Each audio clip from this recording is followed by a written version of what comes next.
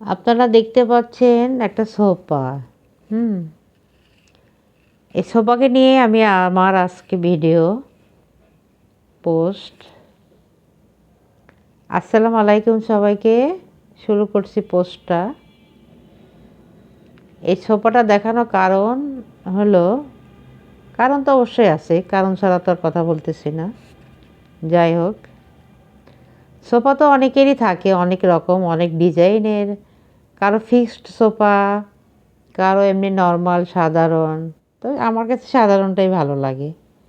কেন, fixed sofa থাকলে হয় কি, ময়লা ধুলাবালি পড়তে পড়তে পড়তে পড়তে ওখানে বসলে কিন্তু অনেক সময় গা চুলকায়।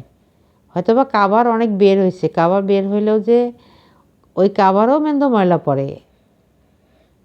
ওই কাভারটা আবার এমনগুলা, কাভারের ভিতরটা ছিদ্র ছিদ্র থাকে, আমাদের প্লেন কাভার তাও না, প্লেন কাভারও পাওয়া যায়।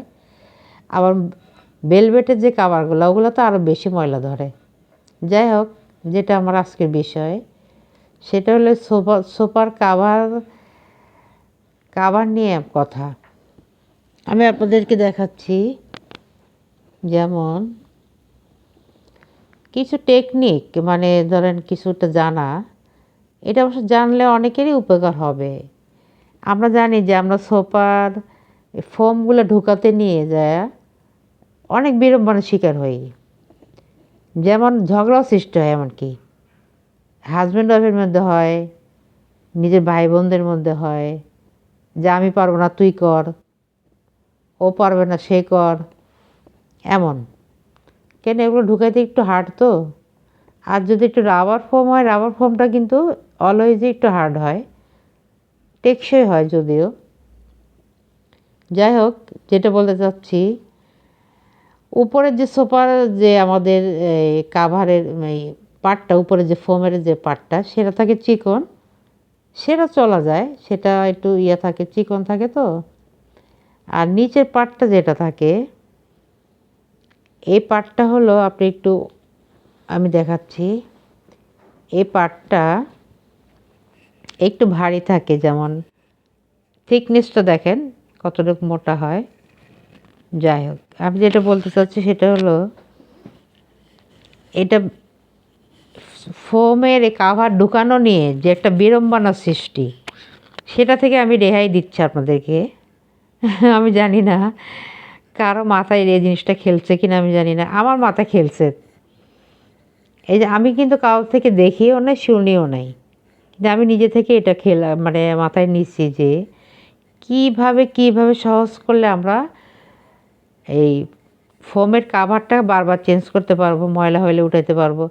এই ঢুকানের আলসতে কিন্তু 6-7 মাস কেটে যায়, যে আজ না কাল, আজ না কাল, ওই যে ঢুকাইতে আলসেমি, ঢুকাতে কষ্ট, এটার জন্য। যাই হোক, আমি যেটা দেখতে চাচ্ছি সেটা হলো যে, আপনারা যে সোফারে যে দেখতে পাচ্ছেন, এখানে যে চেন, এখান থেকে শুরু হয়ে একদম এখানে যায় শেষ হয়েছে। তার মানে হলো এটা এল সিস্টেম হয়েছে, বুঝছেন? এল সিস্টেম হওয়াতে কী হবে, আপনার ফোম ঢোকাতে খুবই ইজি হবে। আপনি চেনটা খুলবেন, ওকে, খুলে যাবে, ঠাস করে ফোনটা ঢোকাতে ইজি হবে।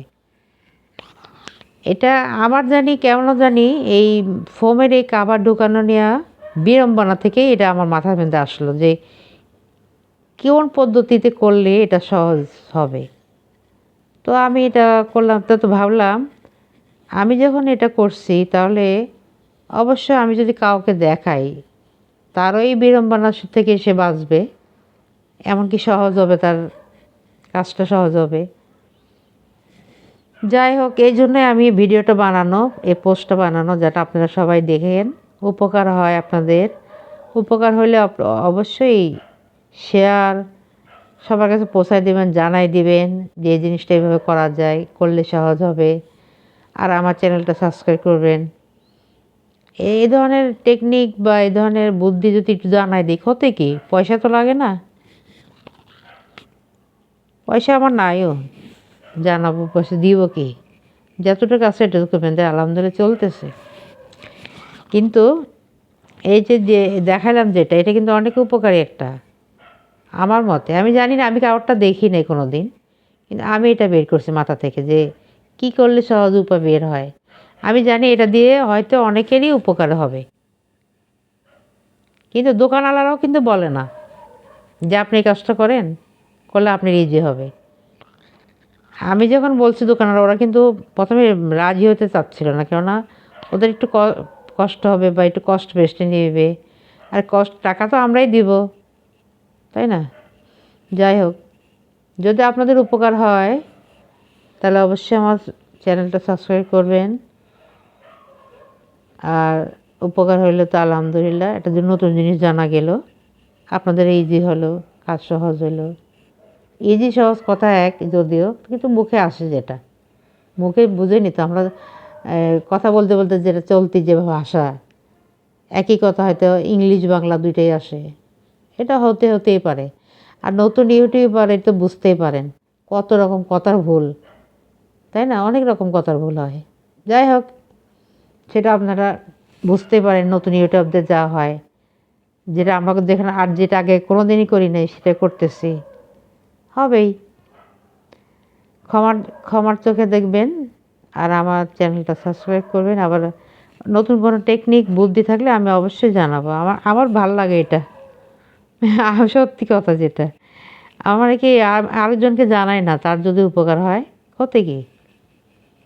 আর এই কাপড়টা দিয়ে কিন্তু অনেকে পর্দাও হয়, অনেকে পর্দা বানায়, তবে কাপড়টা কিন্তু মজবুত, মানে এমন না যে ভোসকা উঠে উঠে। আমি কিন্তু রাফ ইউজ করতেছি অলওয়েজ, ভোসকা টোসকা উঠে না, ভালোই কাপড়টা, একটু একটু পুরু প্লেন, ভালো লাগে।